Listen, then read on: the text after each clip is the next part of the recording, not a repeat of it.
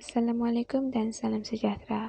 Pada hari ini, saya bersama kumpulan saya akan membincangkan tentang sejarah kemunculan, perkembangan dan kemerosotan bagi kerajaan orang Thai dan Burma. Pada hari ini, kami akan membincangkan salah sebuah kerajaan bagi kerajaan orang Thai, iaitu Kerajaan Thonburi, dan kerajaan Pagan bagi kerajaan Burma.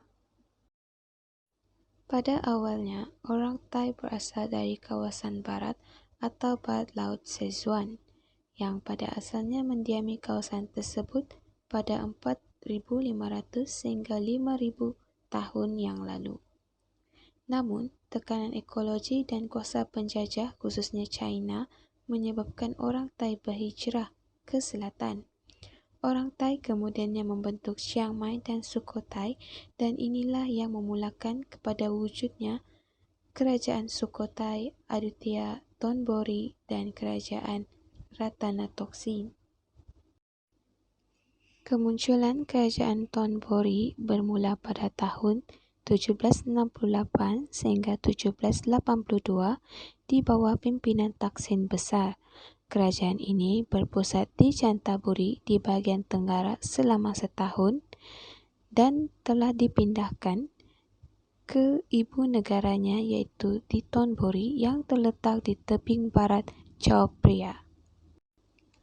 Kejayaan Taksin untuk menggabungkan Siam kembali sebagai negeri di bawah kerajaan pusat di Thonburi setelah kejatuhan Ayutthaya menyebabkan ianya menjadi lebih menonjol daripada kerajaan Thai yang lain.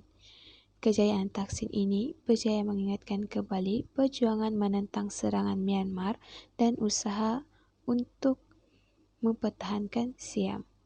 Selain itu juga, semasa pemerintahan Taksin, Siam berjaya meluaskan kuasanya kembali ke atas negeri-negeri yang pernah bernaung di bawah Ayutthaya.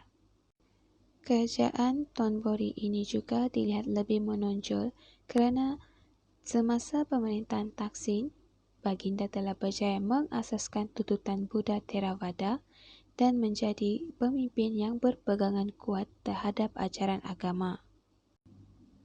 Pada tahun 1804, Taksin atau turut dikenali juga sebagai Rama I telah mulai menggubal Undang-Undang 3 Segel yang terdiri dari Undang-Undang Ayutthaya Lama yang dikumpul dan disusun semula. Baginda telah memulakan reformasi pemerintahan dan gaya pemerintahan.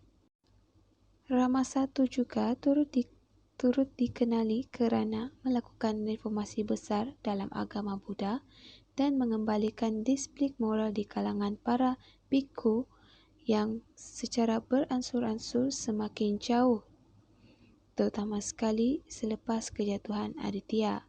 Hal ini kerana para bhikkhu turut melakukan amalan khurafat dan tahayul ketika mereka pertama kali berkuasa.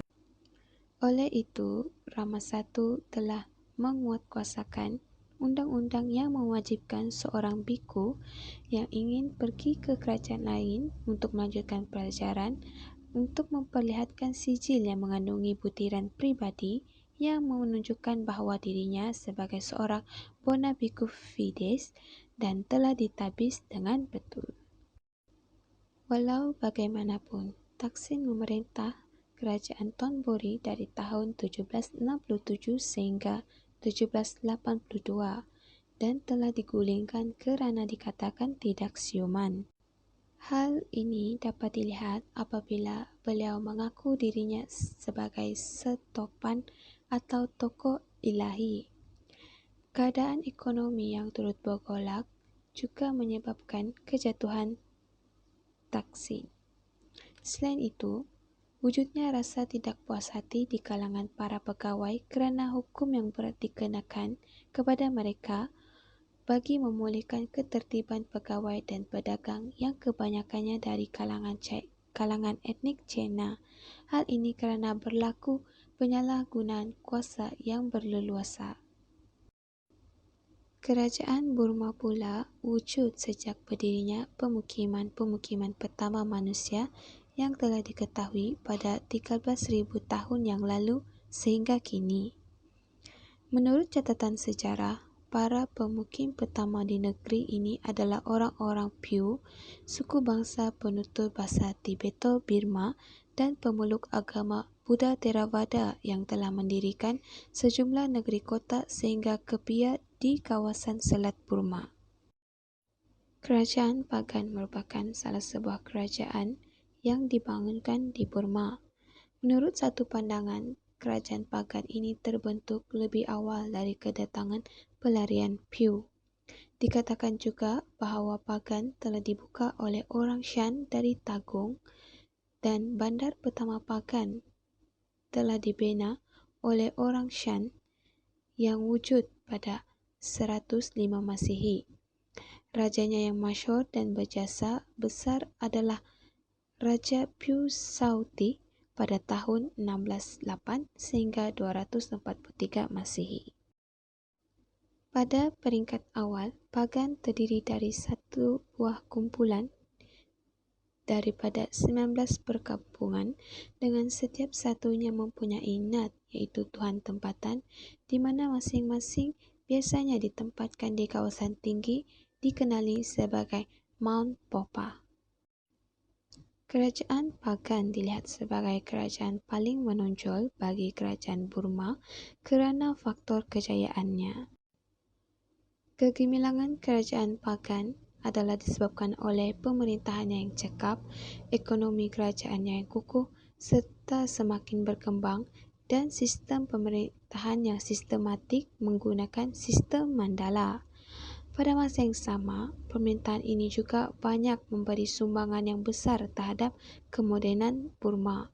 Antara pemerintahan yang paling terkenal adalah pemerintahan Anwar Hatta dari tahun 1044 sehingga 1077.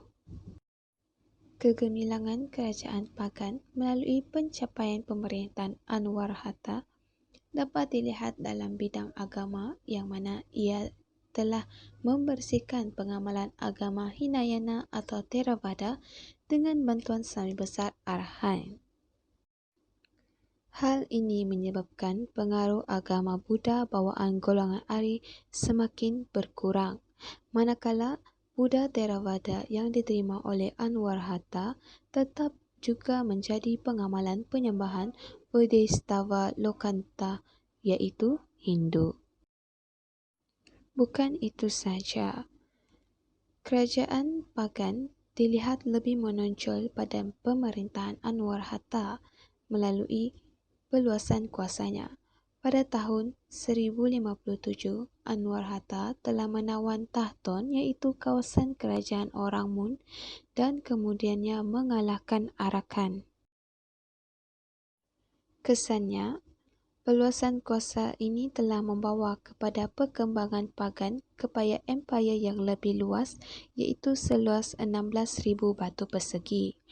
Walau bagaimanapun, empayar yang terlalu luas ini menyebabkan organisasi penguasaannya tidak tersusun kemas dan jitu.